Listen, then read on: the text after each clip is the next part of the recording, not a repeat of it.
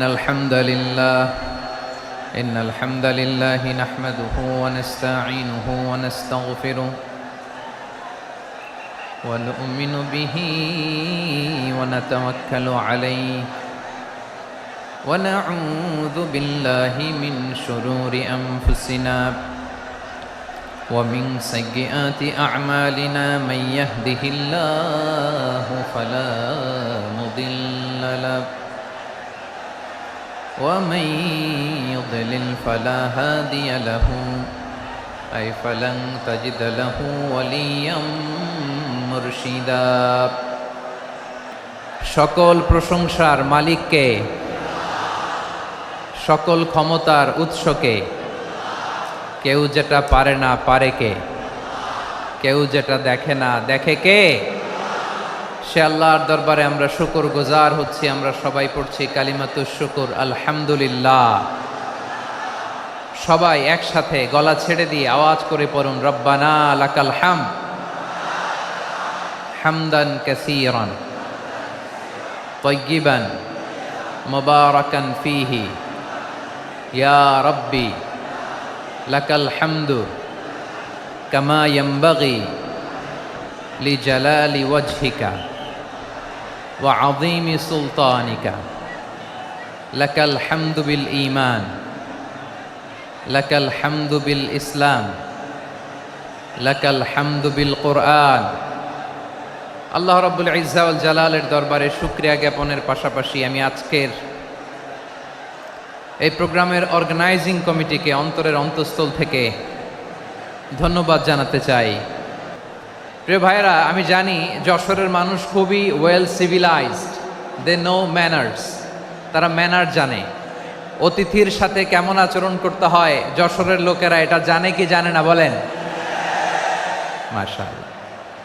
Stage থেকে instruction আসলে সেটা শুনতে হবে। গত 3 দিন ধরে স্কলাররা যে সমস্ত বিষয় কোরআন সুন্নাহর আলোকে আলোচনা করেছে, আমরা যেন সেগুলোর উপর আমল করতে পারি। আল্লাহ তৌফিক দান করুক, আমরা পড়ি আমিন। আসুন এখানে আসার বসার, এই প্রোগ্রামে অংশগ্রহণ করার উদ্দেশ্যকে, নিয়তকে আমরা খালিস করে নেই। আজকে আমরা যা শুনবো শিখবো আমলের নিয়তে শুনবো, ঠিক কিনা বলেন?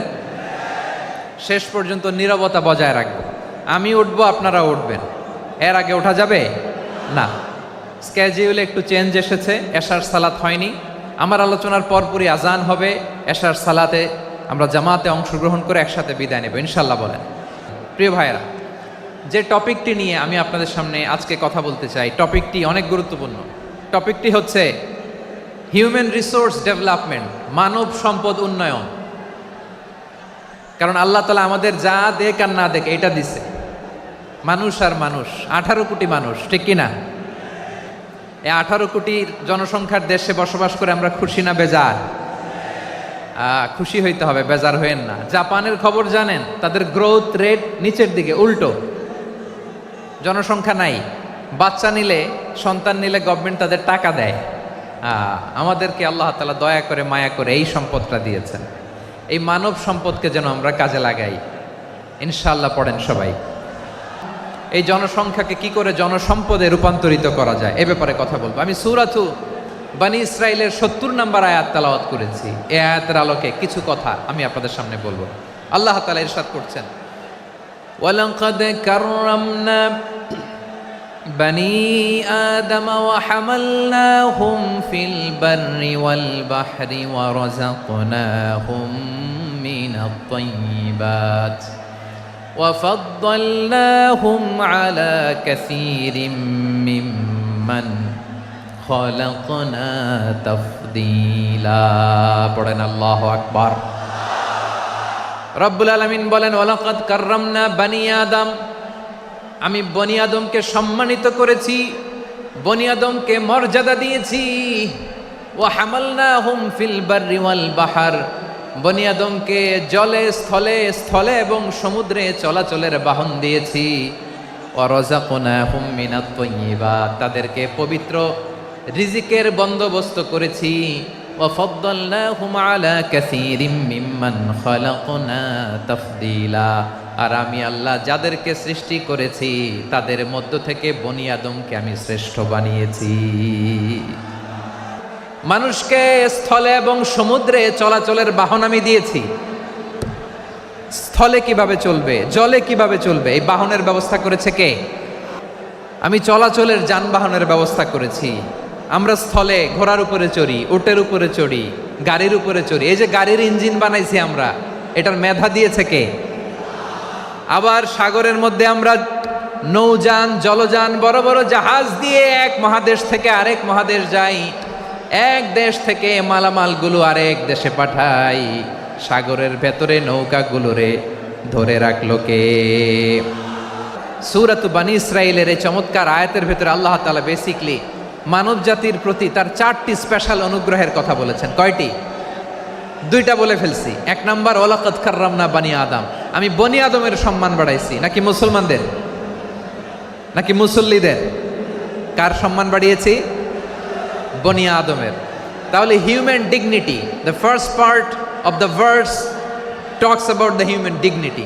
2 নাম্বার অংশ আল্লাহ তাআলা বললেন ওয়া হামালনাহুম ফিল বাররি ওয়াল বাহর, স্থলে এবং সমুদ্রে আমি তাদের জন্য চলাচলের বাহন দিয়েছি। সুবহানাল্লাহ।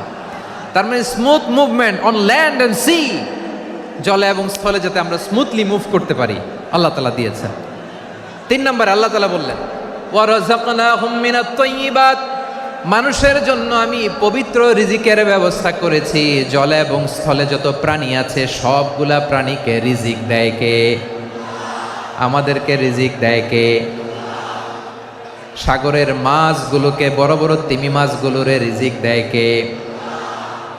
বাতাসের মধ্যে ভেসে বেড়ানো বড় বড় পাখিগুলো, স্ক্যান্ডিনেভিয়ান কান্ট্রি থেকে লক্ষ লক্ষ কোটি কোটি পাখিগুলো যে এক দেশ থেকে আরেক দেশে ট্রান্সফার হয়, এগুলোর রিজিক দেয় কে?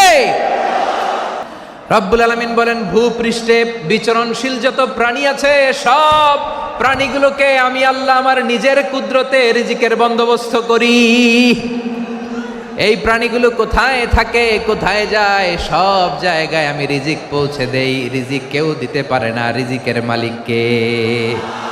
রিজিকের মালিক তিনি আল্লাহ। এজন্য আল্লাহ তাআলা বললেন ওয়া রাযাকনাহুম মিনাত তাইয়্যিবাত। এরপর আল্লাহ বললেন ওয়া ফাদ্দালনাহুম আলা কাসীরিম মিম্মান খালাকনা তাফদীলা, আমি যত প্রাণী সৃষ্টি করেছি সকল প্রাণীর মধ্যে মানুষের মর্যাদা, শ্রেষ্ঠত্ব আমি দিয়েছি। সুবহানাল্লাহ পড়েন। তাহলে 1 নম্বরে আল্লাহ বললেন আমি বনি আদমের মর্যাদা বাড়ালাম। এরপরে বললেন স্থলে এবং সমুদ্রে চলাচলের জন্য যানবাহন দিলাম। 3 নম্বরে আল্লাহ বললেন পবিত্র রিজিকের ব্যবস্থা করে দিলাম। এরপরে আল্লাহ বললেন যত প্রাণী আছে, সৃষ্টি আছে, সবগুলার উপরে আমি মানুষকে শ্রেষ্ঠত্ব দিলাম। ওয়ালাকাদ কাররামনা বানি আদম, আমি বনি আদমের সম্মান বাড়িয়েছি, মর্যাদা আমি বাড়িয়ে দিয়েছি। এই কারণে, কারণ মানুষ সব কিছুর উপর নিয়ন্ত্রণ নিতে পারে। মানুষকে নিয়ে এই কোরআনের সব আলোচনা, মানুষকে নিয়ে এই কোরআনের সব। তাই কোরআনের কেন্দ্রীয় আলোচ্য বিষয় হচ্ছে মানুষ। আমাদের চেহারা, অবয়ব, ডিজাইন যে সুন্দর তা না, আমাদের ব্রেনটা অনেক সফিস্টিকেটেড ব্রেন, অনেক সফিস্টিকেটেড। এই 1.5 কেজি ব্রেন ইউজ করে মানুষ গোটা বিশ্বে সভ্যতা বিনির্মাণ করেছে, ঠিক কিনা? এই ব্রেন আল্লাহ তাআলা আমাকে দিয়েছে। এটারে কাজে লাগালে, আপনার 6 সেন্স কাজে লাগালে আপনি অনন্য মানুষ হয়ে উঠবেন, মহামানবে রূপান্তরিত হবেন। মানুষ হতে পারে, চাইলেই মহামানব হতে পারে। আবার যদি মানুষ চায় খারাপও হতে পারে। আল্লাহ বললেন শুধু ভালোই না, ভালো হতে চাইলে অনেক ভালো তুমি হতে পারো, আবার খারাপ হতে চাইলে অনেক খারাপ তুমি হতে পারো। সুম্মা রাদাদনাহু আসফালা সাফিলিন,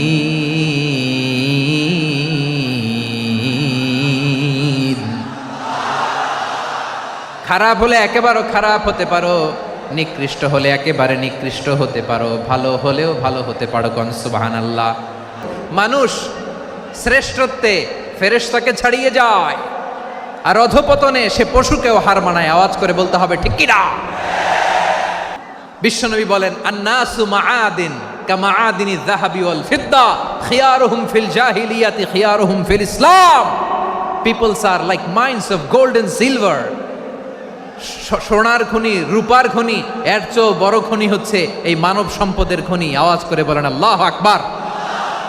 আল্লাহ তাআলা এই সম্পদ আমাদেরকে দিছে। মা বাবা যারা এসেছেন, আপনার ছেলে মেয়ের যত্ন নেন। আপনার ছেলের মধ্যে যে কি পটেনশিয়াল আপনি জানেন না। আপনার এই ছোট্ট অবুজ ছেলেটাই আগামী দিনের শায়েখ আহমদুল্লাহ হবে। আপনার হেফসখানায় পড়া ওই ছোট্ট ছেলেটাই আগামী দিনের আল্লামা মামুনুল হক হবে। আপনার ওই ছেলেটা আমির হামজা হবে, আব্দুল হাই সাইফুল্লাহ হবে। এভাবে বড় বড় আলেম হবে, তারা যুগশ্রেষ্ঠ আলেম হবে। সেই একদিন এই বাংলাদেশের পার্লামেন্টে যে বক্তব্য দিয়ে যশোরের পক্ষে কথা বলবে। আপনি জানেন না, কাউকে ছোট করবেন না আপনি, ওর কনফিডেন্স আপনি কমাবেন না, আপনি কমাতে পারেন না। প্যান্ডেলে আমার যে মা বোনেরা আছেন, ছেলে মেয়েদেরকে কখনো ছোট করে কথা বলবেন না। ও যে কোথায় যাবে আপনি জানেন না, আপনি মা হয়ে তাকে সাহস দিবেন, তার কল্পনার জগৎটাকে সাজাতে তাকে উৎসাহিত করবেন, ঠিক কিনা বলেন? আর আমার প্যান্ডেলের আমার প্রিয় শ্রদ্ধাশীলা মায়েরা বোনেরা, আপনারা তো আরো দামি সম্পদ। বিশ্বনবী বলেন, আর দুনিয়া কুল্লু হামাচা। আল্লাহ আল্লাহ আল্লাহ, বিশ্বনবীর কথার ওজন দেখেন। আর দুনিয়া কুল্লু হামাচা ওয়া খায়রু মাতা'আদ দুনিয়াল মারআতুস সালিহা। বিশ্বনবী বলেন, দুনিয়ায় যা দেখো সব আল্লাহর দেওয়া অ্যাসেট, মানে সম্পদ। আর এত অ্যাসেটের ভিড়ে সবচাইতে শ্রেষ্ঠ সম্পদ হচ্ছে নেককার নারী। সুবহানাল্লাহ। ভাইয়েরা বোনের সাথে খারাপ আচরণ করো না, সন্তান মায়ের সাথে খারাপ আচরণ করো না। আমাদের মায়েরা আমাদের asset, they are our priceless asset. কারণ এই মায়েদের পেটে এসেছে আল্লাহর ওলিরা, এই মায়েদের পেটে এসেছে খান জাহান আলী, এই মায়ের পেটে এসেছে শাহজালাল ইয়ামানি, এই মায়ের পেটে এসেছে আল্লাহর সব নবীরা। নাকি নবীরা আকাশ থেকে ধপ করে জমিনে নেমে আসছে? মায়ের পেটে আসছে। এই মায়ের পেটগুলো খনি। আমার সম্মানিতা মায়েরা বোনেরা, নিজেকে ইসলাম দিয়ে সাজান, নিজেকে ইসলাম দিয়ে সাজান, নিজেকে পবিত্র রাখুন, নিজের আব্রু ইমান ইজ্জতের হেফাজত করুন, কোরআন পড়ুন, সুন্নাহ পড়ুন। আপনি জানেন না আপনার গর্ভে কে আসছে, কোন ক্ষণজন্মা পুরুষকে আল্লাহ তাআলা আপনার গর্ভে পাঠাবে আপনি জানেন না। মায়েরা নিজেদেরকে পবিত্র রাখুন, ইসলাম চর্চা করুন, কোরআন চর্চা করুন, নৈতিকতা দিয়ে নিজেকে সাজান। যশোরের জেনজি, নিজেদেরকে প্রস্তুত রাখো আগামীর বাংলাদেশের জন্য। নৈতিকতা, মোরালিটি, ভ্যালিউজ দিয়ে নিজেকে সাজাও, ইসলাম দিয়ে নিজেকে সাজাও।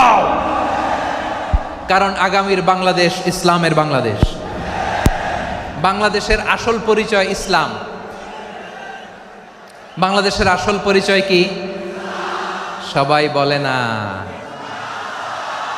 বাংলাদেশের আসল পরিচয় কি? এই ইসলাম নিয়ে আমরা সংসদ ভবন সাজাবো, রাজি আছি না নাই? শেকড় ভুলে যাওয়া যাবে না। আমরা ধাপে ধাপে শারিয়া আইনের দিকে যাব ইনশাআল্লাহ, কিন্তু জঙ্গিবাদ দিয়ে নয়, কট্টরপন্থা দিয়ে নয়। আমরা ইন্টেলেকচুয়ালি, গ্রাজুয়ালি, ধাপে ধাপে শারিয়া আইনের দিকে মুভ করব ইনশাআল্লাহ। বলো লিল্লাহি তাকবীর। এদেশের আসল পরিচয় সবাই বলে না, আওয়াজ করে, এদেশের আসল পরিচয়। এদেশে আজান শুনে সূর্য ওঠে শহর গ্রামে, এদেশে আজান শুনে সূর্য ডুবে সন্ধ্যা নামে, এদেশে সকল কাজে সবাই বলে বিসমিল্লাহ, এদেশে ভালো কিছু দেখে শুনে হাসি মুখে সবাই বলে মাশা আল্লাহ। সুবহানাল্লাহ সুবহানাল্লাহ সুবহানাল্লাহ সুবহানাল্লাহ সুবহানাল্লাহ সুবহানাল্লাহ সুবহানাল্লাহ সুবহানাল্লাহ। ও নবীন তরুণ, তোমার কিসের এত ভয়? জেনে রেখো বাংলাদেশের আসল পরিচয়। বাংলাদেশের আসল পরিচয় ইসলাম। আওয়াজ তুলে বলো, আসল পরিচয় কি? এদেশে পরস্পরে দেখা হলে দেয় সালাম, এদেশে আমজনতার হৃদয় জুড়ে পাক্কালাম, ঠিক কি না? এদেশে বিপদ এলে সর্বজনে সর্বক্ষণে দোয়া পড়ে ইন্না লিল্লাহ সুবহানাল্লাহ সুবহানাল্লাহ সুবহানাল্লাহ সুবহানাল্লাহ। এদেশে আজান শুনে সূর্য ওঠে শহর গ্রামে, এদেশে আজান শুনে সূর্য ডোবে সন্ধ্যা নামে, এদেশে সকল কাজে সবাই বলে বিসমিল্লাহ, এদেশে ভালো কিছু দেখে শুনে হাসি মুখে সবাই বলে মাশা আল্লাহ, সুবহানাল্লাহ। আওয়াজ করে সুবহানাল্লাহ, সুবহানাল্লাহ, সুবহানাল্লাহ, সুবহানাল্লাহ। সবাই একসাথে সুবহানাল্লাহ, সুবহানাল্লাহ, সুবহানাল্লাহ, সুবহানাল্লাহ। এদেশের আসল পরিচয় কি? আওয়াজ করে বলতে ভয় লাগে। এদেশের আসল পরিচয় কি? ইসলাম দিয়ে আমাদের সংসদ ভবন চলুক, আমরা চাই কি চাই না? বঙ্গভবনে লা ইলাহা ইল্লাল্লাহর পতাকা উড়ুক, আমরা চাই কি চাই না? প্রতিটি জেলা অফিসে, ডিসি অফিসে লা ইলাহার পতাকা ঝুলুক, আমরা চাই কি চাই না? কারা কারা চাই হাত তুলে আল্লাহরে দেখায়।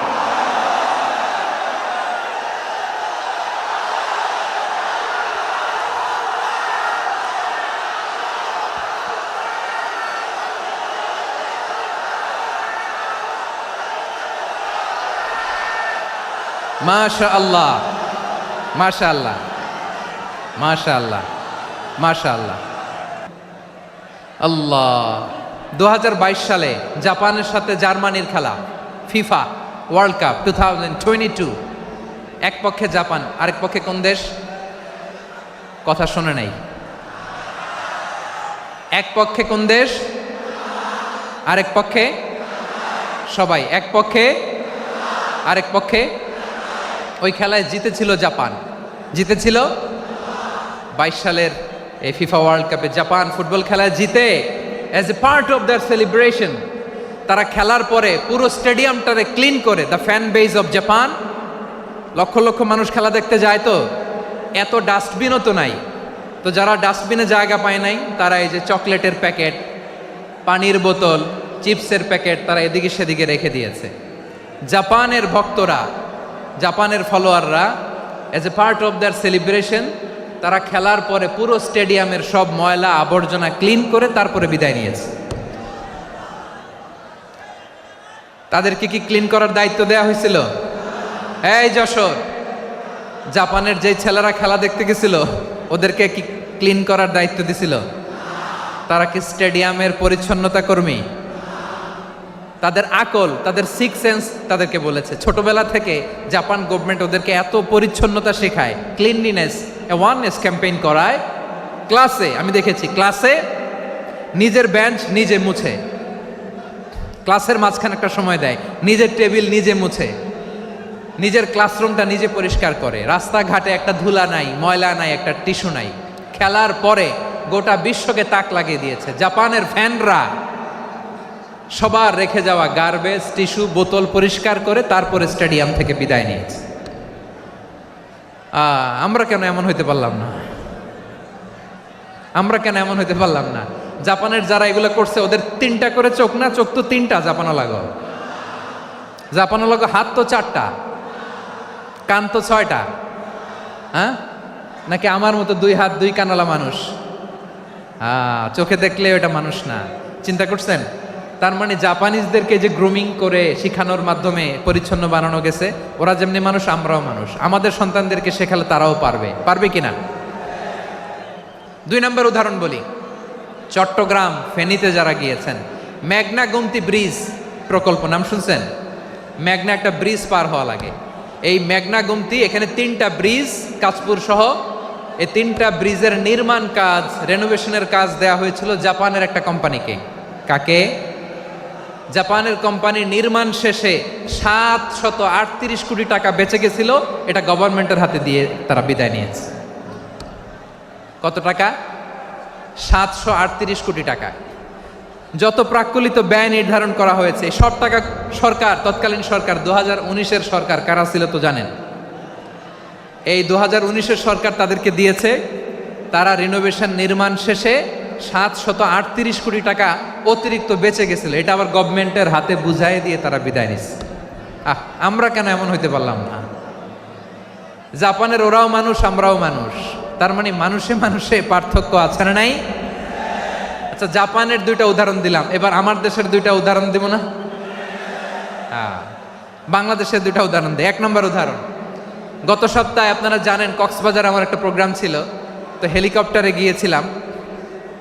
ফেনী জেলা যখন পার হচ্ছি আমি দেখলাম 3টা উইন্ডমিল চিনেন তো, বিশাল পিলার, 3টা-4টা পাখা থাকে, বায়ু বিদ্যুৎ কেন্দ্র, বাংলাদেশের প্রথম বায়ু বিদ্যুৎ কেন্দ্র এটা, মুহুরী প্রজেক্ট বলে এটার সম্ভবত, মুহুরী প্রজেক্ট।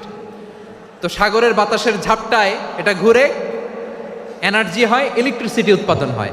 তো আমি পাইলটকে বললাম, ভাই এগুলো থেকে কেমন ইলেকট্রিসিটি উৎপাদন হয়? কয় হুজুর একটুও হয় না, কিছুই হয় না। কিছুই হয় না মানে?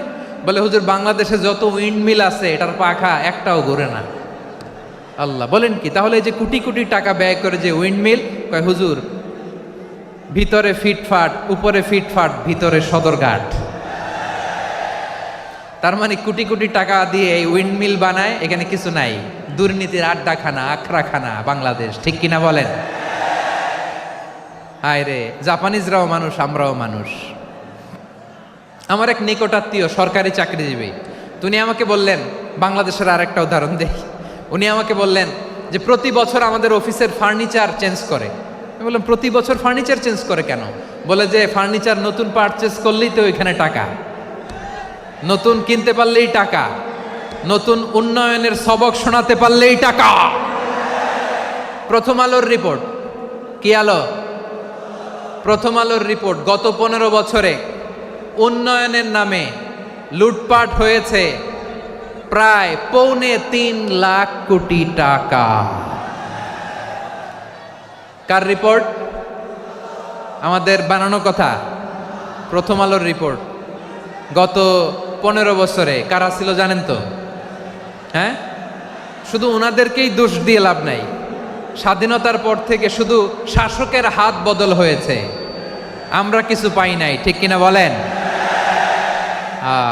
শুধু ওনাদের দোষ দিয়ে কি লাভ? একদল খাইছে, আরেক দল খাওয়ার জন্য রেডি হয়ে আছে। আমরা এরকম চাই না, জনগণকে ফুটপাতে বসাই দিস। প্রিয় ভাইয়েরা, তাহলে জাপানের মানুষও মানুষ, আমরাও মানুষ। সিদ্ধান্ত আপনার, কোন মানুষ হবেন, ভালো মানুষ না খারাপ মানুষ? আজকের আলোচনার বিষয় হচ্ছে মানব সম্পদের উন্নয়ন, human resource development. It's a process to increase the capacity of knowledge, skill, capacity of the people of a country. একটা দেশের মানুষের জ্ঞান, তাদের দক্ষতা কি করে বাড়ানো যায়, বাড়িয়ে দেশের উন্নয়ন করানো যায়, এটাই হচ্ছে মানব সম্পদ উন্নয়নের মূল কথা। তাহলে মানব সম্পদ হচ্ছে একটা দেশের সবচাইতে শক্তিশালী পুঁজি। প্রাকৃতিক সম্পদ, খনিজ সম্পদের চেয়েও দামি হচ্ছে মানব সম্পদ। আমার প্রিয় যশোর, প্রাকৃতিক সম্পদ, খনিজ সম্পদের চেয়ে দামি সম্পদ কি সম্পদ? আল্লাহ তাআলা দয়া করে আমাদেরকে এই মানব সম্পদ দিয়েছেন। আসুন আমাদের এই মানুষগুলোকে আমরা সোনার মানুষ বানাই। রাজি আছেন তো সবাই? রাজি আছেন? বিশ্বনবী কিভাবে এই মানব সম্পদকে ম্যানেজ করতেন? বিশ্বনবী, he was a very good talent hunter, চৌকস ট্যালেন্ট হান্টার ছিল। কার মধ্যে কি ট্যালেন্ট আছে দেখলেই বুঝে ফেলতেন। সুবহানাল্লাহ পড়বেন না? কয়েকজন সাহাবীর জীবনী শোনাই। আবু মাহজুরা রাদিয়াল্লাহু তাআলা আনহু, মক্কার মুয়াজ্জিন, আগে ছিল মুশরিক, পরে হয়েছে মুমিন। উনি কিভাবে মুমিন হইলেন এই ঘটনাটা একটু আপনাদের শোনাতে চাই। 8ম হিজরি। কত হিজরি? সবাই বলেন না একটু, কত হিজরি? 8ম হিজরিতে হুনাইনের যুদ্ধে রাসূল সাল্লাল্লাহু আলাইহি ওয়াসাল্লাম ফিরে আসতেছেন মদিনায়। পথিমধ্যে বেলাল রাদিয়াল্লাহু তাআলা আনহু আজান দিচ্ছেন। কি দিচ্ছেন? তো পাশে ছিল মুশরিকদের একটা পল্লী, কিছু মুশরিক তরুণ, কিছু অমুসলিম কিশোর, তারা আজানকে ব্যঙ্গ করতেছে। আমাদের বাংলায় মুখ ভেঙ্গানো বলে আর কি। বেলাল রাদিয়াল্লাহু তাআলা আনহু আজান দিচ্ছেন, ওই বাচ্চাগুলো মুশরিক, তো ওরা আজানকে ব্যঙ্গ করতেছে, বিকৃতি করে ওরাও আজান দিচ্ছে। উদ্দেশ্য হচ্ছে আজানকে নিয়ে ঠাট্টা করা। উদ্দেশ্য কি? ঠাট্টা করা। ব্যাপারটা মনে কষ্ট পাওয়ার মতো ব্যাপার না? কিন্তু বিশ্বনবী ওইখানে দেখেন কি খুঁজলেন। বিশ্বনবী খেয়াল করলেন অমুসলিম কিশোরদের মধ্য থেকে একটা কিশোরের গলাটা বড় দরাজ গলা, কণ্ঠটা বড় সুন্দর। খেয়াল করে দেখলেন যে কিছু কিশোর বেলালের আজানকে ব্যঙ্গ করে, বিকৃতি করে, কিন্তু একজনের কণ্ঠ দেখতে পাচ্ছেন না এত দূরে, কিন্তু কণ্ঠটা বড় সুন্দর, দরাজ গলা। বিশ্বনবী সাহাবীদেরকে বললেন ধরো, এগুলারে ধরো। সবগুলারে ধরে বিশ্বনবী সামনে আনা হলো, ওরা হাঁটু গেড়ে বসলো। বিশ্বনবী বললেন তোমাদের মধ্যে কে যেন ব্যঙ্গ করে আজান দিচ্ছিল, তার গলাটা বড় উঁচু, গলার বেসটা বড় মজবুত, মেলোডিয়াস, সুমধুর কণ্ঠ, কে? আবু মাহজুরা বলে আমার বন্ধুরা সবাই আমার দিকে আঙ্গুল দেখায়, আমি পড়ে গেছি বিপদে। রাসূল সাল্লাল্লাহু আলাইহি ওয়াসাল্লাম বাকি অমুসলিম তরুণদেরকে ছেড়ে দিলেন, বললেন তোমরা যাও। এবার আবু মাহজুরারে পাইছে। আবু মাহজুরার চুলের মধ্যে হাত দিলেন বিশ্বনবী, মাথায় হাত দিয়ে বললেন এবার আজান দাও দেখি। আবু মাহজুরা বলে আমি তো আজান দিতে জানি না, কারণ আমি তো বেলালেরটা শুইনা দিছি, আমার তো মুখস্থ নাই, আমি তো আজান দিতে জানি না। বিশ্বনবী বললেন জানো না, তাহলে আসো আমি তোমারে শিখাই দেই। সুবহানাল্লাহ পড়েন। আবু মাহজুরা হাঁটু গেড়ে বসে বিশ্বনবীর মোবারক হাত আবু মাহজুরার চুলের মধ্যে। বিশ্বনবী আজানের মুআল্লিম আবু মাহজুরাকে বলতেছে ঠিক আছে তোমারে শিখাই দিচ্ছি, আমি যা যা বলবো আমার সাথে সাথে বলো, পারবা? আবু মাহজুরা বলে পারবো। বিশ্বনবী আজান দিচ্ছেন মাথায় হাত দিয়ে, আল্লাহু আকবার আল্লাহু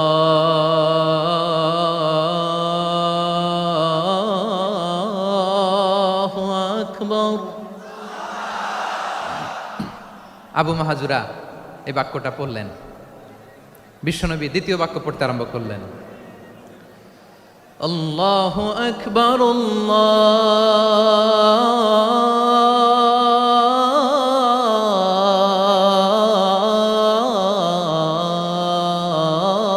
আল্লাহু আকবার। আবু মাহজুরা এই বাক্যটাও বললেন। বিশ্বনবী আবু মাহজুরার মাথার মধ্যে হাত দিয়ে তৃতীয় বাক্য পড়লেন, আশহাদু আল্লা ইলাহা ইল্লাল্লাহ।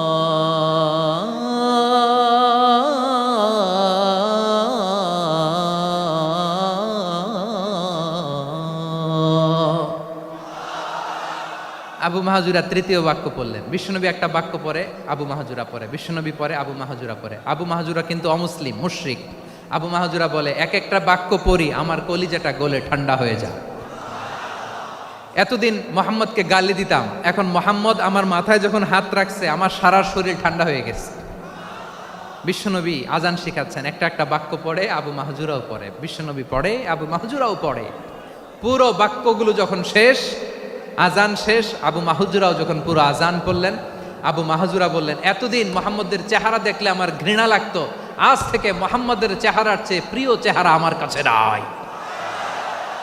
আবু মাহজুরা বললেন ও মুহাম্মদ, আজানের বাক্য তো আপনি আমারে শেখালেন, এখানেই শেষ করবেন না, আপনি আমারে পড়ায় দেন লা ইলাহা ইল্লাল্লাহু মুহাম্মাদুর রাসূলুল্লাহ সাল্লাল্লাহু আলাইহি ওয়াসাল্লাম। বিশ্বনবীর সাথে দাঁড়িয়ে উনি শাহাদা পড়ে মুসলমান হয়ে গেলেন। এবার আবু মাহজুরা বলে ইয়া রাসূলুল্লাহ, ইয়া হাবিবাল্লাহ, আমি মুমিন হয়েছি, মুসলমান হয়েছি, আপনার কাছ থেকে আজান শিখার সৌভাগ্য আমি লাভ করেছি গো নবী। আমার কণ্ঠের বড় তারিফ করেছেন, আপনি আমার আজানকে আপনি পছন্দ করেছেন। একটা জিনিস আপনার কাছে চাই, আপনি আমাকে মক্কার মসজিদুল হারামের মুয়াজ্জিন হিসেবে অ্যাপয়েন্ট করে দে। বিষ্ণু ইসা ইসলাম বললেন যাও আবু মাহজুরা, আমি তোমাকে পৃথিবীর শ্রেষ্ঠতম মসজিদ মক্কার মসজিদুল হারামের মুয়াজ্জিন হিসেবে অ্যাপয়েন্ট করে দিলাম। দেখছেন কিভাবে ট্যালেন্ট হান্টিং করতে হয়, কিভাবে হিউম্যান রিসোর্স মানব সম্পদকে ব্যবহার করতে হয়। আসছিল আজানকে ভেঙ্গাইতে, আসছিল কেন? আজানকে ব্যঙ্গ করার জন্য, বিকৃত করার জন্য। আজানকে বিকৃত করতে যে ইসলামের সবচেয়ে শ্রেষ্ঠ মসজিদের মুয়াজ্জিন হয়ে গেল। পড়েন সুবহানাল্লাহ। 2 নম্বরে বলছিলাম যায়েদ বিন সাবিত রাদিয়াল্লাহু তাআলা আনহু। বিশ্বনবী দেখলেন মদিনার এই আনসারী সাহাবী হাইলি ট্যালেন্টেড, ইন্টেলেকচুয়াল, মেরিটোরিয়াস, জ্ঞানের প্রতি তার আকর্ষণ, মারাত্মক আকর্ষণ। বিশ্বনবী তাকে দায়িত্ব দিলেন, কোরআন যা নাজিল হয় তুমি লিখো, কাতিবুল ওয়াহি বানায় দিলেন। সুবহানাল্লাহ।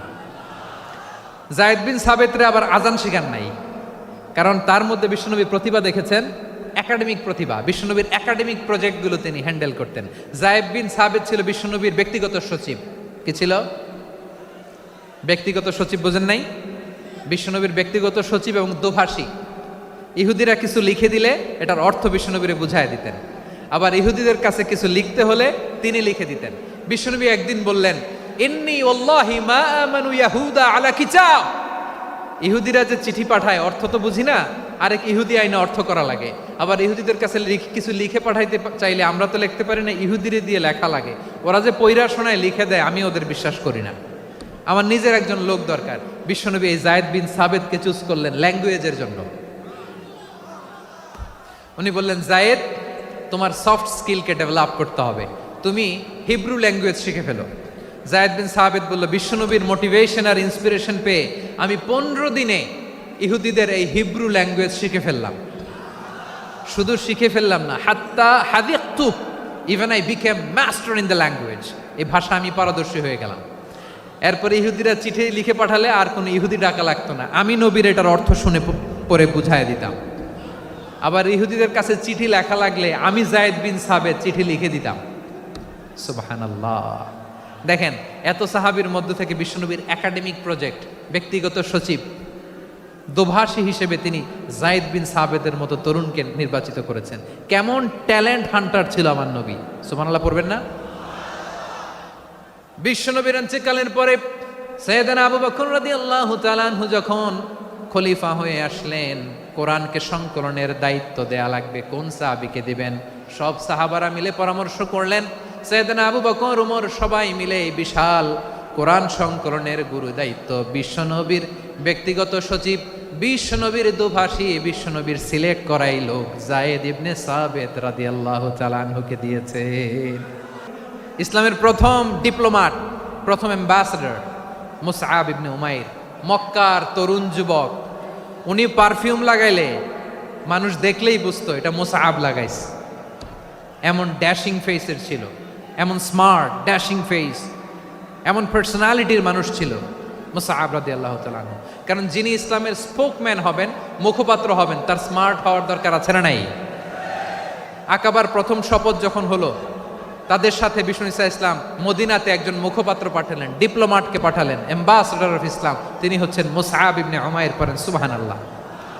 বিশ্বনবী দেখলেন সে অনেক স্মার্ট, তার ডেডিকেশন আছে, সিনসিয়ারিটি আছে, এবং মদিনায় যে আউস খাজরাজ গোত্রের নেতাদের সাথে ডিল করতে হবে, ইহুদিদের সাথে ডিল করতে হবে, ওখানে একজন পাক্কা জানু খেলোয়াড়ের দরকার আছে না নাই? মুসআব ইবনে উমাইর রাদিয়াল্লাহু তাআলা আনহু, ওনাকে বিষ্ণু ঈসা ইসলাম চুজ করলেন। এবং বিষ্ণু ঈসা ইসলামের এই চুজিংটা, এই সিলেকশনটা এত সুন্দর ছিল, তিনি মদিনাতে যে বিশ্বনবী আসার আগেই মদিনার জমিনকে তিনি উর্বর করে ফেলছেন। প্রতিটা ঘরে ঘরে কালিমার দাওয়াত তিনি পৌঁছায় দিচ্ছেন। জুমার বিধান নাজিল হয়েছে, কিন্তু মক্কায় পরিবেশ নাই জুমা পালনের। বিষ্ণু ঈসা ইসলাম একজনকে দিয়ে খবর পাঠালেন, যাও মদিনায় মুসাবকে যে বলো, মুসাব তো আমার শিক্ষক, আমার স্পোকম্যান, মদিনাতে যেন তারা জুমা কায়েম করে। বিশ্বনবীর আগেই মুসআব মদিনার মুসলিমদেরকে নিয়ে মদিনায় প্রথম জুমা কায়েম করে ফেলছে। কোন সুবহানাল্লাহ। ডিপ্লোম্যাটদের কেমন হইতে হয়, অ্যাম্বাসেডারের কেমন হইতে হয়, মুসআব রাদিয়াল্লাহু তাআলা আনহুর কাছ থেকে শিখে নাও। মুসআব নামটা কেমন লাগে? যশোর যাদের সন্তান হবে, ছেলে সন্তান, আমার রাস্তায় পাইলে সবাই জিজ্ঞেস করে, হুজুর একটা নাম দেন, আমার ছেলে হবে। যশোরবাসীর জন্য আমি একটা নাম দিয়ে দিলাম, নাম রাখতে হবে মুসআব। কি নাম? নামটা যাদের ভাল লাগে, ছেলে সন্তান অনাগত আসবে, মনে চাইলে নাম রেখে দিবেন মুসআব রাদিয়াল্লাহু তাআলা আনহুর নামে মুসআব। আব্দুল্লাহ ইবনে আব্বাস রাদিয়াল্লাহু তাআলা আনহু, বিশ্বনবীর কাজিন, চাচাতো ভাই। আবার মাইমুনা রাদিয়াল্লাহু তাআলা আনহু, মাইমুনা নবীর স্ত্রী, তিনি ছিলেন আব্দুল্লাহর আপন খালা। তো নবীর বউ যদি ওনার খালা হয়, নবী তার কি? বুঝে নাই, নবী তার কি? খালু। তাহলে সম্পর্ক অনেক গভীর, কাজিন আবার খালু। ছোট্ট মানুষ, তাই রাতে মাঝে মাঝে ঘরে থাকতো। বিশ্বনবী দেখলেন আব্দুল্লাহ যেহেতু আমার ঘরে ঢুকতে পারে, আব্দুল্লাহরে এই উম্মতের বড় শিক্ষাবিদ বানাইতে হবে। আব্দুল্লাহ ইবনে আব্বাস রাদিয়াল্লাহু তাআলা আনহু, ওনাকে বিশ্বনবী হাতে কলমে শিক্ষা দিয়েছেন, যেহেতু উম্মতের শিক্ষাবিদ হবেন, এডুকেটর হবেন। তো বিশ্বনবী রাতে যখন তাহাজ্জুদ পড়তেন, ছোট্ট আব্দুল্লাহ ঘরে থাকতো। বুঝতে পেরেছেন? ছোট্ট মানুষ তো ঘরে থাকতো। তো বিশ্বনবী তাহাজ্জুদের জন্য একবার দাঁড়িয়েছেন, ছোট্ট আব্দুল্লাহ অজু করে দাঁড়াইছে। আচ্ছা বলেন তো, ইমাম আর মুসল্লি মোট যদি দুইজন হয়, একজন ইমাম একজন মুসল্লি, তো মুসল্লি ইমামের কোন দিকে দাঁড়াবে? ডানে দাঁড়াবে। ছোট্ট আব্দুল্লাহ বোঝে নাই, বিশ্বনবী তাহাজ্জুদ শুরু করেছেন, উনি একতেদা করছেন আর দাঁড়াইছেন বায়ে। কোথায় দাঁড়িয়েছেন? আব্দুল্লাহ বলেন, যখন আমি বায়ে দাঁড়ালাম, আখাযা রাসূলুল্লাহ সাল্লাল্লাহু আলাইহি ওয়াসাল্লাম উযুনি আল ইউমনা ইয়াফতিলুহা, বিশ্বনবী নামাজরত অবস্থায় আমার কান ধরে টেনে আমার ডান দিকে এনে দাঁড় করায় দিলেন। পড়েন সুবহানাল্লাহ। দেখেন, হাতে কলমে শিক্ষা। আর জীবনে ভুল হবে? কথা কয় না, আর ভুল হবে? আর ভুল হবে না। এভাবে বিশ্বনবীর অনেক সঙ্গ পেয়েছেন, সফর করেছেন, একই বাহনে বসেছেন, এক বাহনে বসে লম্বা নাসিহত করেছেন, বলেছেন, ইয়া গোলাম ইহফাজিল্লাহ ইয়াহফাজকা ইহফাজিল্লাহ তাজিদহু তুজাহাক ইযা সাআলতা ফাসআলিল্লাহ ওয়া ইযা ইসতাআনতা ফাসতাইন বিল্লাহ। আল্লাহর বিধান মানো, আল্লাহর বিধান রক্ষা করো, আল্লাহ তোমায় রক্ষা করবে। আব্দুল্লাহ, চাইতে হলে আল্লাহর কাছে চাও, সাহায্য চাইতে হলে আল্লাহর কাছে সাহায্য চাও। মনে রেখো, গোটা বিশ্বের সবাই যদি তোমার সাহায্য করতে চায়, ততটুকুই করতে পারবে যতটুকু আল্লাহ তোমার নসিবে রেখেছে। গোটা বিশ্ব যদি তোমার বিরুদ্ধে ষড়যন্ত্রে দাঁড়িয়ে যায়, ক্ষতি ততটুকু করতে পারবে যতটুকু তোমার জন্য বরাদ্দ আছে। এর বাইরে কিছু করতে পারবে না। আওয়াজ করে বলেন ঠিক কিনা? এভাবে হাতে কলমে শিখিয়েছেন, বিশ্বনবীর সঙ্গ পেয়েছেন। ওনাকে বিষ্ণু ইসলাম শিক্ষাবিদ, এডুকেটর অফ দিস উম্মাহ হিসেবে সিলেক্ট করেছেন, হাতে কলমে শিখিয়েছেন। বিশ্বনবী একবার প্রকৃতির ডাকে সাড়া দিয়ে এসেছেন। এখন কি করতে হবে? নামাজের জন্য অজু করতে হবে। বিশ্বনবী এসেই দেখেন অজুর বদনায় পানি ভরা, খুশি হয়ে গেলেন, বললেন, কে রেখেছে পানি? একজন বলল, আব্দুল্লাহ রেখেছে। বিশ্বনবী অত্যন্ত খুশি হলেন, খুশি হয়ে একটা দোয়া করলেন, বললেন, আল্লাহুম্মা ফাক্কিহু ফিদ্দীন ওয়া আল্লিমহু তা'ওয়ীল। আল্লাহ, তুমি আব্দুল্লাহকে দ্বীনের বুঝ দিও আর কোরআনের তাফসির শিক্ষা দিও। বিশ্বনবীর এই দোয়া এমন লাগছে, উনি রাইসুল মুফাসসিরিন, এই পৃথিবীতে যত মুফাসসির ছিল, যত মুফাসসির আসবে, সকল মুফাসসিরের সম্রাট হিসেবে স্বীকৃত হয়েছেন। আব্দুল্লাহ ইবনে আব্বাস, বিশ্বনবী ওনারা আজান শিখান নাই, বিশ্বনবী ওনারা ল্যাঙ্গুয়েজ শিখান নাই, বিশ্বনবী ওনারা অ্যাম্বাসেডর বানান নাই, হাতে কলমে শিক্ষা দিয়েছেন। ছোট্ট মানুষ, বিশ্বনবী ইন্তেকাল করলেন, আবু বকরের সময় গেল, ওমরে ফারুকের খেলাফত, তখনও তিনি তরুণ। ওমরে ফারুক রাদিয়াল্লাহু তাআলা আনহু ওনার ক্যাবিনেট মিনিস্ট্রির বৈঠকে এই আব্দুল্লাহ ইবনে আব্বাসকে পাশ দিয়ে বসায় রাখতেন। বয়স্ক সাহাবারা এটা পছন্দ করতো না, তারা বলতো, ঘটনা কি? আব্দুল্লাহর মতো ছেলে নাতি আমাদের আছে, এরা কেন রাখে ওমরে ফারুক? ওমরে ফারুক এটা টের পেলেন, তিনি বুঝতে পারলেন যে ক্যাবিনেট মেম্বাররা এটা পছন্দ করে না, ছোট্ট আব্দুল্লাহরা কেন রাখি, কেন যে রাখি, এটা একদিন বুঝাবো। একদিন মিটিংয়ে তিনি সবাইকে বললেন, ইদা জাআ নাসরুল্লাহি ওয়াল ফাতহ। এই আয়াত দ্বারা উদ্দেশ্য কি বলেন তো মুরব্বী সাহাবীরা? এক সাহাবী বলেন, এই সূরা দ্বারা উদ্দেশ্য, আল্লাহ বলেছেন আমাদেরকে বিভিন্ন ল্যান্ড, বিভিন্ন এলাকা বিজয় করতে হবে। ওমরে ফারুক বললেন, না, হয়নি। আরেকজন বললেন, বিজয় হওয়ার পর আমাদের বেশি বেশি আল্লাহর বরত্বের ঘোষণা দিতে হবে, এটা উদ্দেশ্য। ওমরে ফারুক বললেন, না, হয় নাই। যারা জিজ্ঞেস করেন কেউ পারে না। সব শেষে বিশ্বনবী ছোট্ট আব্দুল্লাহরে বলেন, আব্দুল্লাহ, ইদা জাআ নাসরুল্লাহি ওয়াল ফাতহ, এর দ্বারা উদ্দেশ্য কি বলো তো? ছোট্ট আব্দুল্লাহ বলেন, হুয়া আজালু রাসূলিল্লাহ। এই আয়াত দ্বারা বিশ্বনবীর বিদায়কে উদ্দেশ্য নেওয়া হয়েছে। ওমরে ফারুক বললেন, হাযা হুয়া, এটাই তো সঠিক উত্তর, এটাই সঠিক তাফসীর এই আয়াতের। কারণ ইদা জাআ নাসরুল্লাহি ওয়াল ফাতহ, যখন আল্লাহর সাহায্য আর বিজয় আসবে, ওয়া রাআইতান নাসা ইয়াদখুলুনা ফি দীনিল্লাহি আফওয়াজা, আপনি দেখবেন দলে দলে, ঢলে ঢলে, বানের পানির মতো মানুষ ইসলামের দিকে ঢুকতেছে, ইসলামের বিজয় হয়েছে। তো ইসলামের বিজয়ের মিশন নিয়ে নবী আসছে, বিজয়ী যখন হয়ে গেছে, এখন তো নবীর বিদায় হবে। জোরে বলেন ঠিক কিনা? কোন সাহাবী এই সূক্ষ্ম কথাটা ধরতে পারে নাই, ওই আব্দুল্লাহ ছাড়া। আব্দুল্লাহ যখন উত্তর দিছে, সব সাহাবীদের টনক নড়েছে। এরপর থেকে কোনো ক্যাবিনেট মিটিংয়ে আর কোনো সাহাবারা কোনো প্রশ্ন করে নাই। আওয়াজ করে পড়েন সুবহানাল্লাহ। বিশ্বনবী আব্দুল্লাহ ইবনে আব্বাসকে দ্য এডুকেটর অফ দ্য উম্মাহ, উম্মার শিক্ষাবিদ হিসেবে গ্রহণ করেছেন। আওয়াজ করে পড়তে হবে আল্লাহু আকবার। সাহাবীদের নামগুলো মনে থাকবে? এক নম্বরে আবু মাহজুরা, মুয়াজ্জিন বানাইছেন। যায়েদ ইবনে সাবিত, দোভাষী, ট্রান্সলেটর অফ প্রফেট, এবং তিনি ছিলেন বিশ্বনবীর ব্যক্তিগত সচিব। মুসআব ইবনে উমাইর, the first ambassador and diplomat of Islam. আব্দুল্লাহ ইবনে আব্বাস, এই উম্মার সবচেয়ে বড় এডুকেটর, শিক্ষাবিদ। আরেকজন ছিল আব্দুল্লাহ ইবনে মাসউদ রাদিয়াল্লাহু তাআলা। দুই আব্দুল্লাহ, আব্বাস গেল, আরেকজন হচ্ছে মাসউদ। মক্কার তরুণ, ছাগল পালতো মুশরিকের বিশ্বনবী আর আবু বকর রাদিয়াল্লাহু তাআলা আনহু একবার গেলেন, যে দেখে এই তরুণ দাঁড়ায় আছে। বিশ্বনবী বলেন, আমি খুব ক্ষুধার্ত, তোমার কাছে কি দুধ আছে ছাগলের? আব্দুল্লাহ আছে, ওয়ালাকিন আনা মুতামান, কিন্তু যে দুধ আছে এটা আমানতের, আমি দিতে পারবো না। বিশ্বনবী এইটা শুনেই তারা টার্গেট করে ফেলছে। আনা মুতামান, দুধ আছে কিন্তু এটা আমার মালিকের, আমি তো দরদ দেখায় আমার মালিকের দুধ আপনি পথিক, আপনারা দিতে পারি না। বিশ্বনবী টার্গেট করে ফেলছেন, এরে আমার কাজে লাগাইতে হবে। বিশ্বনবী বললেন, আচ্ছা ঠিক আছে, দুধ দিও না, কিন্তু এমন ছাগি আছে কিনা যেই ছাগির সাথে কোনো ছাগলের মিলন হয় নাই, তার ওলানে দুধও আসে নাই, বাচ্চাও নাই, এরকম ছাগির থেকে যদি আমি দুধ খাই তাহলে তো সমস্যা নাই। বলতেছে, এরকম ছাগির থেকে দুধ খাইলে সমস্যা নাই, কারণ এরকম ছাগির ওলান থেকে দুধ আসবেও না। বলতেছে, ঠিক আছে, এরকম একটা ছাগি নিয়ে আসা হলো। বিশ্বনবী বিসমিল্লাহ বলে ওই ছাগির ওলানে হাত দিলেন। হাত দিতে দেরি, পুরো ওলানটা দুধে ভরে যেতে দেরি হয় না। বিশ্বনবী আর আবু বকর রাদিয়াল্লাহু তাআলা আনহু দহন করে পেট ভরে খেলেন। এই দৃশ্য আব্দুল্লাহ ইবনে মাসউদের হৃদয়ে দাগ কাটলো। এই মুজিজা দেখে তিনি বললেন, আশহাদু আল্লা ইলাহা ইল্লাল্লাহ ওয়া আশহাদু আন্না মুহাম্মাদুর রাসূলুল্লাহ। তিনি ষষ্ঠ মুসলিম ছিলেন, 6 নম্বর মুসলমান। ওনাকে টার্গেট করে বিশ্বনবী দেখলেন এমন ইন্টেলেকচুয়াল ব্রেন, উনি সূক্ষ্ম সূক্ষ্ম জিনিস বুঝে বেশি, ফিকহি জ্ঞান ওনার মধ্যে বেশি। বিশ্বনবী ওনাকে কোরআনের জ্ঞান শিক্ষা দিতে লাগলেন। উনি বিশ্বনবী সবার কাছে কোরআন শোনায়, কিন্তু বিশ্বনবী নিজে আব্দুল্লাহ ইবনে মাসউদের কাছ থেকে কোরআন শুনতো। বিশ্বনবী একবার বললেন, ইকরা আলাইয়া ইয়া মাসউদ। ইবনে মাসউদ একবার শোনাও তো কোরআন দেখি। আব্দুল্লাহ ইবনে মাসউদ বলে, আকরাউ আলাইকা ওয়া আলাইকা উনজিল। নবী, আপনার উপর কোরআন নাজিল হয় আর আমি আপনার সামনে কোরআন পড়ব? বিশ্বনবী বললেন, ইন্নী উহিব্বু আন আসমাআহু মিন গায়রি। আমি নিজে পড়তে যেমনি ভালোবাসি, অন্যে পড়ুক আমি শুনবো, এটাও আমি ভালোবাসি। সূরা নিসা তিনি তেলাওয়াত করে শুনিয়েছেন। এমন সূক্ষ্ম সূক্ষ্ম বিষয় বিশ্বনবী ওনাকে ধরিয়ে দিয়েছেন। উনি হয়ে গিয়েছেন, আব্দুল্লাহ ইবনে আব্বাস হয়েছেন রাইসুল মুফাসসিরিন, উনি হয়ে গিয়েছেন ফাকিহুল উম্মাহ।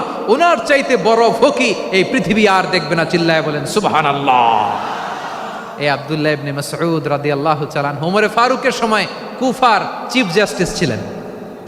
কুফা নগরীর চিফ জাস্টিস বোঝেন নাই? বিচারপতি। কি ছিলেন?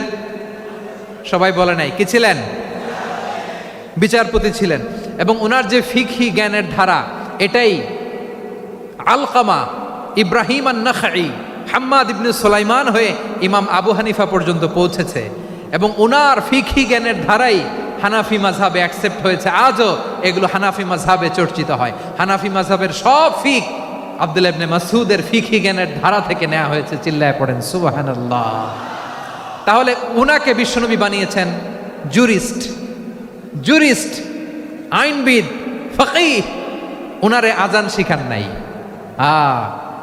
হিউম্যান রিসোর্স ডেভেলপমেন্ট কিভাবে করবেন, মানব সম্পদের উন্নয়ন কিভাবে করতে হয়, কিভাবে যার যেখানে প্রতিভা কাজে লাগাতে হয় উনি দেখিয়েছেন। সুবহানাল্লাহ পড়বেন না? খালিদ বিন ওয়ালিদ নাম শুনছেন?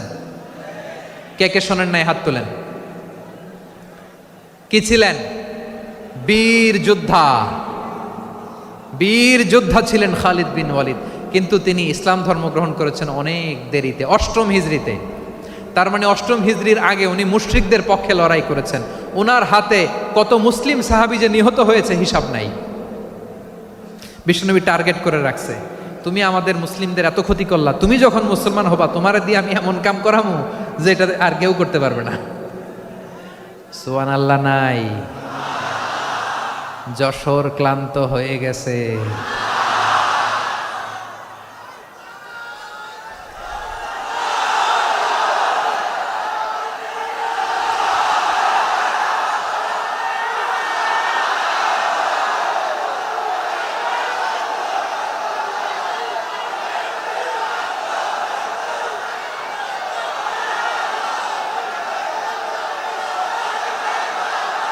মাশাআল্লাহ।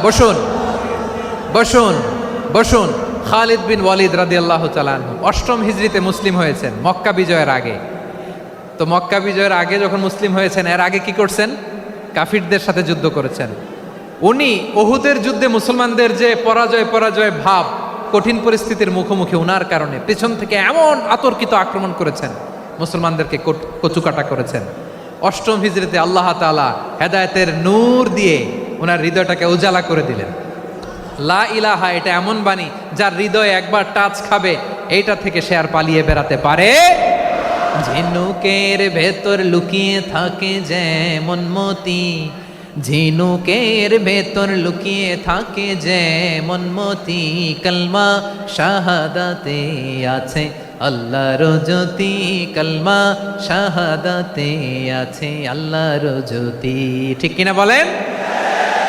মক্কা বিজয়ের আগে মুসলিম হলেন, হওয়ার পরেই বিশ্বনবীর টার্গেট ফুলফিল হলো। ওই যে টার্গেট করে রেখেছেন আর দোয়া করেছেন, খালিদ বিন ওয়ালিদ যদি মুসলিম হয় তাকে আমি মিলিটারি চিফ বানাবো।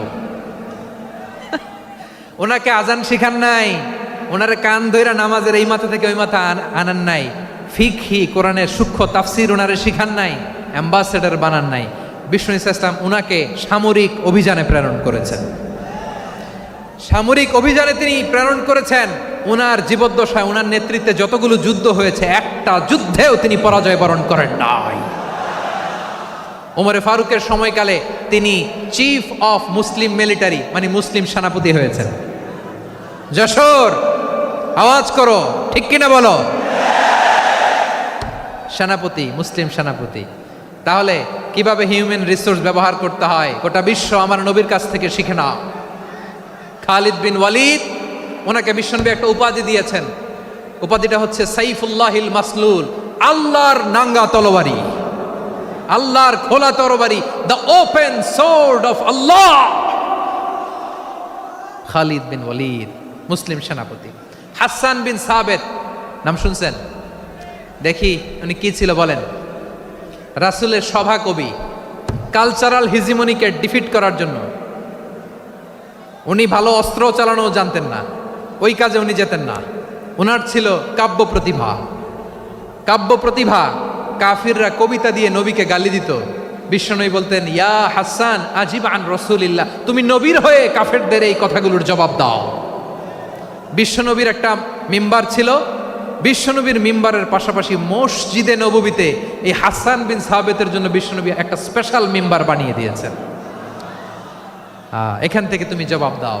এবং বিশ্বনবী বলেছেন, আল্লাহুম্মা আইয়িদহু বিরূহিল কুদুস। আল্লাহ, হাসান আমার পক্ষে জবাব দেয়, তুমি জিব্রাইল মারফত তাকে সাহায্য পাঠাইয়া দিও। রাসূল সাল্লাল্লাহু আলাইহি ইসলামের সভা কবি, the poet of the prophet, নবীর কবি। উনি কবিতা দিয়ে এমন উচ্চাঙ্গের ভাষায় কবিতা দিয়ে তিনি জবাব দিতেন, কাফিরদের গা শিহরে যেত, তাদের হৃদয়ে আগুন ধরে যেত। তাহলে এরকম কবিরও দরকার আছে না নাই? এখন যাকে আল্লাহ দিছে কাব্য প্রতিভা, এরা যদি আপনি যুদ্ধের ময়দানে পাঠান হবে?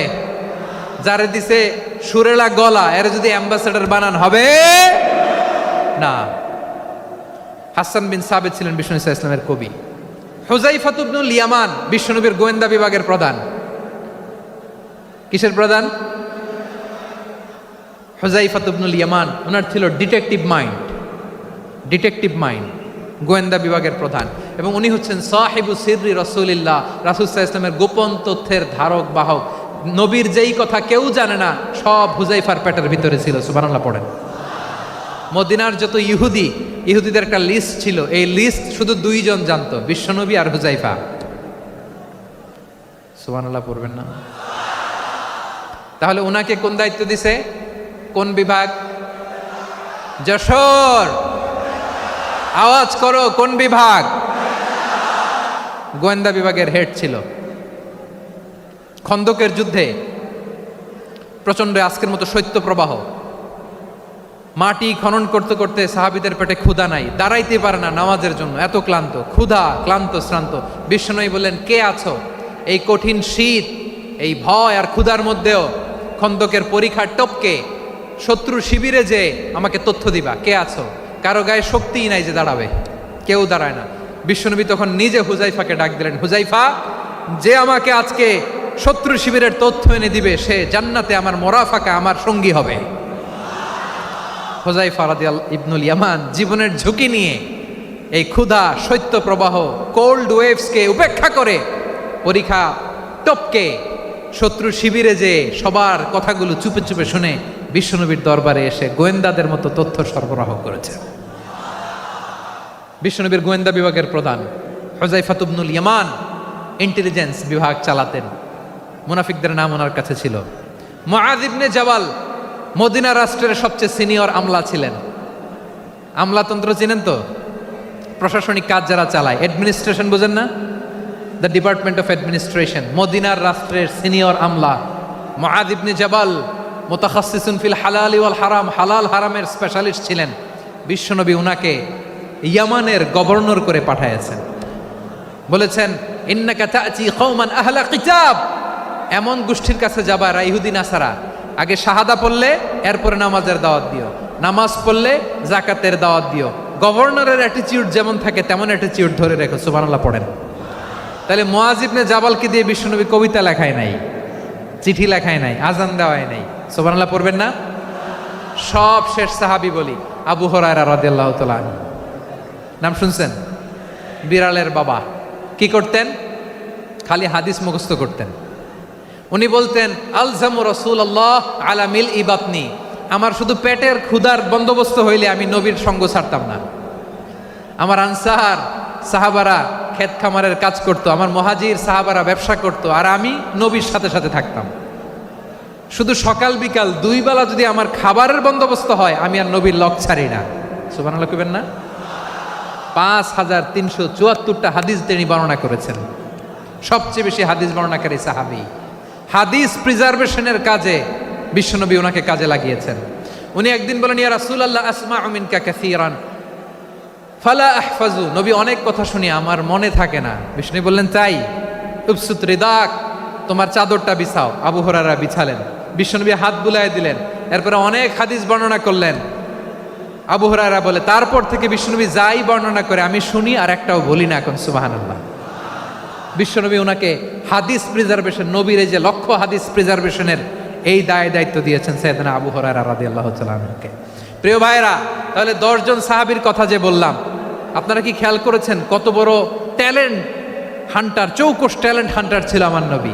এক একজনের এক এক ট্যালেন্ট এক এক কাজে অ্যাসাইন করেছেন, এক একজনকে এক এক দায়িত্ব দিয়েছেন, এক একজনের প্রতিভাকে এক একভাবে বিকশিত হওয়ার সুযোগ দিয়েছেন। আওয়াজ করে বলেন ঠিক কি না?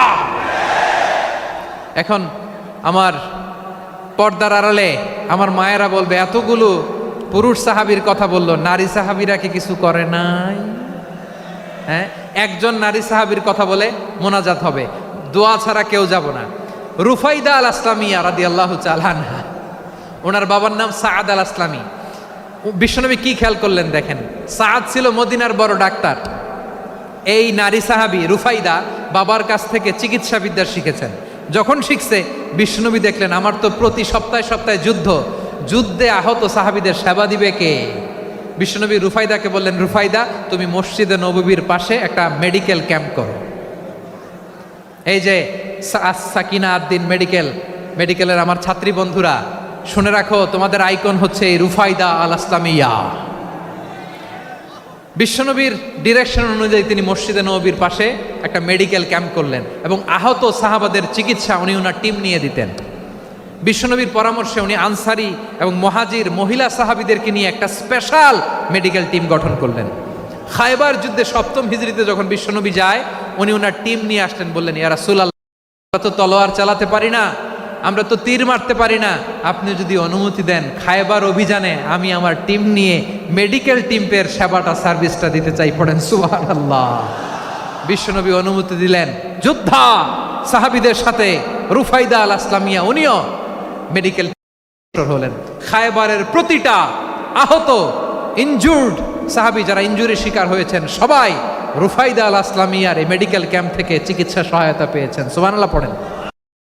দেখেন কিভাবে বিশ্বনবী ট্যালেন্ট বাছাই করতেন। আপনি অবাক হবেন, বাহরাইনের মেডিকেল ইউনিভার্সিটিতে রুফাইদা আল আসলামিয়া মেডিকেল প্রাইজ অ্যাওয়ার্ড প্রতি বছর দেয়া হয়।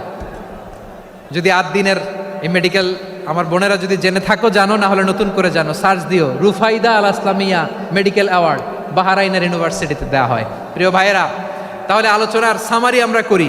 বিশ্বনবী যার যেখানে ট্যালেন্ট তাকে ওইখানে কাজে লাগাতেন। আওয়াজ করে বলেন ঠিক কিনা? এবার একটা ইন্টারভিউ হবে, আওয়াজ করে বলেন আবু মাহজুরাকে বিশ্বনবী কি বানাইছেন? হ্যাঁ, ভুলে গেছেন? সামনের চুলে হাত দিয়ে বিশ্বনবী কি সুন্দর গলায় আজান শিখালেন। মুয়াজ্জিন। যায়েদ বিন সাবিতকে একাডেমিক প্রজেক্টের দায়িত্ব দিয়েছেন। তিনি ছিলেন বিশ্বনবীর দোভাষী ব্যক্তিগত সচিব। মুসআব ইবনে উমায়ের, the first ambassador of Islam. আব্দুল্লাহ ইবনে আব্বাস, উম্মার বড় শিক্ষাবিদ মুফাসসির। আব্দুল্লাহ ইবনে মাসউদ,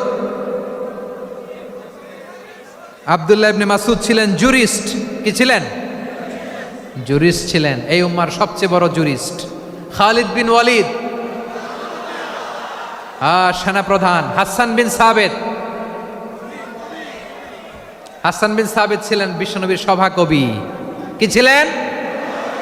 বিশ্বনবীর সভাকবি ছিলেন। এরপরে হুযায়ফা ইবনুল ইয়ামান কি ছিলেন? গোয়েন্দা বিভাগের প্রধান। মুআয ইবনে জাবাল কি ছিলেন? সিনিয়র আমলা, ইয়ামানের গভর্নর। আবু হুরায়রা রাদিয়াল্লাহু হাদিস প্রিজার্ভেশনের কাজ করেছেন। আর আমাদের রুফাইদা আল আসলামিয়া রাদিয়াল্লাহু তাআলা আনহা কি ছিলেন? নার্স ছিলেন। নার্স হয়ে মেডিকেল সেবা দিয়েছেন। প্রিয় ভাইয়েরা, পুরো আলোচনার যদি সামারি করি তাহলে বিশ্বনবী যেভাবে হিউম্যান রিসোর্সকে ম্যানেজ করেছেন, যার যেখানে প্রতিভা কাজে লাগিয়েছেন, আমরাও যদি করি আমাদের বাংলাদেশের চিত্র আমরা পাল্টে যেতে পারবো। আমরা শুরুতে শুনেছি মানুষের আছে অসীম সম্ভাবনা, প্রতিটা মানুষ অনন্য, যত্ন নিলে যথাযথ পরিচয় মানুষ বিশ্ব জয় করতে পারে। ঠিক কিনা? আমাদের হাফেজে কোরআনের সামনে দাঁড়াতে পারে এমন কোনো হাফেজে কোরআন আল্লাহর জমিনে জন্ম হয় নাই। গোটা বিশ্ব কাঁপিয়ে তারা সেরা, আমাদের ক্রিকেটাররা সেরা, আমাদের তৈরি পোশাক শিল্প সেরা। এরকম অনেক অনেক সেরা জিনিস আছে, আমরা এগুলোরে নার্চারিং করতে পারি নাই, পরিচর্যা করতে পারি নাই, সঠিক তারবিয়াতের অভাব। তাহলে মানুষের অসীম সম্ভাবনাকে কাজে লাগাতে হবে। ঠিক কিনা বলেন? ইউনুস গভর্নমেন্টকে আমি বলবো, অল্প সময়ের জন্য আপনারা এসেছেন, সংস্কারও করতে হবে, আবার নির্বাচনও করতে হবে। সব করতে পারবেন না, যতটুকু পারবেন এর মধ্যে আমাদের যে হিউজ ম্যান পাওয়ার, আমাদের যে মানব সম্পদ, হিউম্যান রিসোর্স, এটাকে ডেভেলপ করে আপনাদের যেতে হবে। যেটা পারবেন না সেটাকে পরবর্তী নির্বাচিত গভর্নমেন্টের কাছে রেখে যেতে হবে, যে তারা যেন করে, তাদের কাছে আপনারা এটা রেখে যাবেন। তাহলে মানুষ চাইলে বিশ্ব জয় করতে পারে। আর মানুষকে হারাতে পারে কেউ? জোরে বলো, মানুষকে হারাতে পারে কেউ? আল্লাহ আমাদেরকে জনসংখ্যা দিয়েছেন। প্রিয় ভাইয়েরা, এই জনসংখ্যা অনেক বড় সম্পদ, এটা আমাদের জন্য অভিশাপ নয়, আশীর্বাদ। আমাদের জনসংখ্যাকে যদি আমরা জনশক্তিতে রূপান্তর করতে পারি, আজকে বাংলাদেশ যে অবস্থানে দাঁড়িয়ে আছে, বাংলাদেশ তার 20 গুণ উন্নতির শিখরে চলে যাবে। চিল্লায় বলো ঠিক কিনা? আমাদের শ্রমিক ভাইয়েরা বাইরে কাজ করে, আমাদের শ্রমজীবী ভাইয়েরা, প্রবাসীরা, তাদের ব্যাপারে গুরুত্ব দিতে হবে।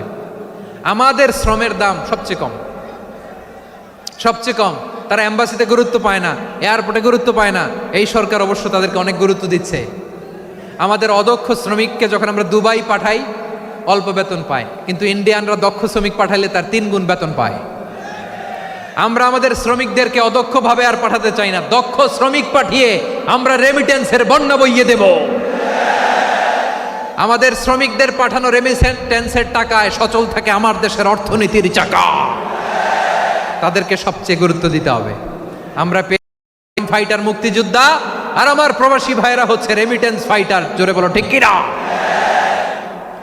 তাহলে আমাদের এই জনশক্তিকে জনসম্পদে ট্রান্সফর্ম করতে হবে। ঠিক কিনা বলেন? সরকার জনগণকে এভাবে পলিশ করতে হবে।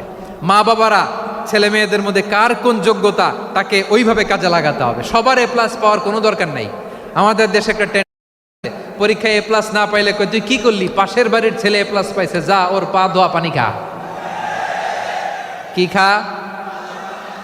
তা আমি ভাবছি যে পা ধোয়া, এ প্লাস পাওয়া ছেলেদের পা ধোয়া পানির একটা পানির ব্র্যান্ড বানাইতে হবে। এরকম লেখা থাকবে, এ প্লাস পাওয়া ছেলেদের পা ধোয়া পানি। খাওয়া নাই, এগুলার খাওয়া নাই। ওরে আল্লাহ এ প্লাস পাওয়ার জন্য বানাইছে, আর আপনার ছেলেকে এই এ প্লাস গুলারে নিয়ন্ত্রণ করার জন্য আল্লাহ বানাইছে। ওকে দিয়ে আল্লাহ কি করবে আপনি জানেনই না। একটা এ প্লাস, একটা এ গ্রেড একটা মানুষের জীবনকে ঠিক করে দিতে পারে না। আপনার ছেলেকে আল্লাহ অন্যদিকে যোগ্যতা দিয়েছে। ওদের মনোবল ভাঙবেন না, খবরদার, খবরদার। ছেলে মেয়েদের মনোবল ভাঙবেন না। যাকে দিয়ে যেটা হবে তাকে দিয়ে সেটা করতে হবে, তার প্রতিভাকে সেভাবে কাজে লাগাতে হবে। তাহলে বাংলাদেশ আমাদের এই জনসংখ্যা জনসম্পদে রূপান্তরিত হবে। আমাদের সরকারের তত্ত্বাবধানে আমাদের 18 কোটি জনগণ দক্ষ জনশক্তিতে রূপান্তরিত হোক, আমরা চাই কি চাই না? ভালো মানুষ, শ্রেষ্ঠ মানুষ হতে চাই কি চাই না? ওই জাপানিজদের মতো সৎ, ওই ইউরোপিয়ানদের মতো কালচার্ড। আমাদেরকে আল্লাহ তাআলা কোরআন সুন্নাহ অনেক কিছু দিয়েছেন, যেহেতু বর্তমানে আমরা দেখছি তারা সৎ, তাদের মধ্যে ভ্যালিউ আছে, সেগুলো আমাদের মধ্যে আনার দরকার আছে না নাই? আর ইসলাম দিয়ে আমাদের জীবনকে সাজাতে হবে, ইসলাম দিয়ে আমার পরিবারকে সাজাতে হবে। ইসলাম থেকে, কোরআন থেকে প্রেসক্রিপশন না নিলে জীবন সুন্দর হবে না। কোরআন থেকে প্রেসক্রিপশন না নিলে সমাজ সুন্দর হবে না। কোরআনের প্রেসক্রিপশন না মানলে রাষ্ট্র সুন্দর হবে না। প্রেসক্রিপশন অ্যাপ্লাই না করলে শুধু দুর্নীতি দমন কমিশন দিয়ে দুর্নীতি বন্ধ করা যাবে না। এজন্য কোরআনের আইন আমরা চাই কি চাই না? প্রিয় ভাইয়েরা, হিউম্যান রিসোর্স ডেভেলপমেন্ট, মানব সম্পদের উন্নয়ন, আমাদের সরকার যেন এদিকে নজর দেয়। আমরা যেন এই ব্যাপারে যত্নবান হয়ে উঠি। যাকে আল্লাহ যে যোগ্যতা দিয়েছে, এই যোগ্যতা দিয়ে আমরা যেন ইসলামের জন্য কাজ করি। আমরা যেন আমাদের স্কিল ডেভেলপ করি, আমাদের পটেনশিয়ালকে ডেভেলপ করি। মোরালিটি, ভ্যালিউজ নিয়ে শায়েখ আহমদুল্লাহ আলোচনা করেছেন, এগুলো দিয়ে যেন আমরা আমাদেরকে সাজাই। আল্লাহ তাআলা আমাদের দেশকে তুমি নিরাপদ করো, আমরা পড়ি আমিন। আল্লাহ আমার 18 কোটি জনগণকে তুমি জনশক্তিতে রূপান্তরিত করো, আমিন। আল্লাহ আমরা হাতে হাত রেখে কাঁধে কাঁধ মিলিয়ে ভাই ভাইয়ে যেন এই দেশকে গড়তে পারি, আল্লাহ তুমি তৌফিক দান করো, আমরা পড়ি আমিন। আমার প্রিয় মহিউদ্দিন ভাই বলেছেন, হুজুর এমন একটা ঘোষণাপত্র ঐতিহাসিক যশোরের প্রোগ্রামে, যেটা গোটা বাংলাদেশে মানুষ এটার উপর আমল করে। আমি যে কথাটা বলেছি এটাই, আসুন আমরা আমাদের জনসংখ্যাকে জনসম্পদে ট্রান্সফর্ম করি। আমাদের জনসংখ্যাকে আমরা যেন জনশক্তিতে রূপান্তরিত করি। জনসংখ্যাকে ট্রান্সফর্ম করে জনশক্তি দিয়ে আমরা যেন আগামীর বাংলাদেশ, স্বাধীন বাংলাদেশ 2.0-কে গড়ে তুলি। আল্লাহ তাআলা আমাদের সবাইকে কথাগুলো বোঝার, আমল করার তৌফিক দান করুন। এই জেনজি, ক্ষমা করে দিও আমাকে, অনেক ধমক দিছি, বকা দিছি। আল্লাহ তোমাদেরকে করুক, কবুল করুক, যশোরবাসীকে কবুল করুক, আদ দিনকে কবুল করুক, এই মেডিকেল কলেজকে কবুল করুক, ইসলামের জন্য বাঁধ ভাঙা এই জোয়ার এবং উচ্ছ্বাসকে আল্লাহ তাআলা কবুল করুক। হাযা মা ইনদি ওয়াল ইলমু ইনদাল্লাহ আলাইহি তাওয়াক্কালতু ওয়া ইলাইহি উনীব। সুবহানাকা বিহামদিকা আশহাদু আল্লা ইলাহা ইল্লা আনতা আস্তাগফিরুকা ওয়া আতুবু ইলাইক। আল্লাহুম্মা আমিন।